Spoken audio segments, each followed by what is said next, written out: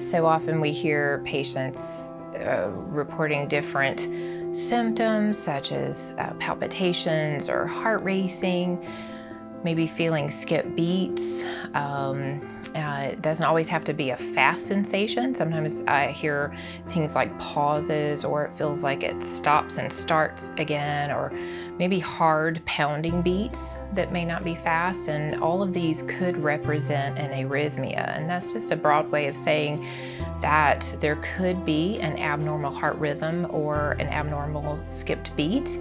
But it definitely warrants investigation with your electrophysiologist, because it could be anything from a benign skip beat that we could just reassure the patient about or treat with medicine, versus something different such as atrial fibrillation, which we treat differently and could lead to further medications and possible procedures.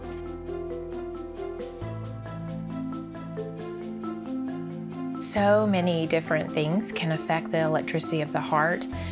Some heart rhythm disorders run in families. We find stress, underlying heart disease. So many patients have known heart disease or history of stent placement or even bypass surgery. Sometimes thyroid disorders or caffeine use, energy drinks. There's so many common things that attribute to the symptoms. We like to try to think broadly and ask about everything. Boy, I see heart rhythm disorders in all ages. So young teens and their 20s, all the way up into their 80s and 90s. So I don't think anybody is immune. I'd say the older population is more at risk for atrial fibrillation. We just see that more commonly, just because there are so many people affected with that heart rhythm disorder, but all ages.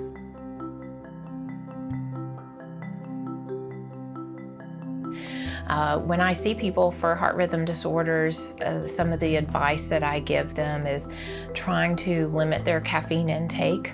I get concerned about the use of energy drinks these days and caffeine intake, and so I try to limit caffeine to 1 cup a day. That's quite hard for a lot of people. I also say try to get enough sleep, stay hydrated. People are on the go and working hard, long hours, and so we often forget to eat or drink enough. So small, frequent meals, staying hydrated, paying attention to your sleep habits. All these things can help reduce some of those symptoms, especially if they're benign skip beats.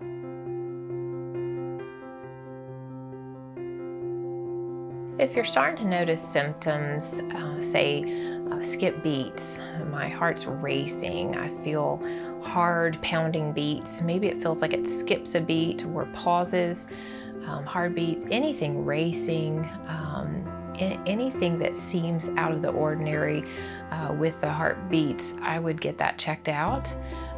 Talk to your doctor about those symptoms, because there are ways of investigating what it is and what the next treatment would be.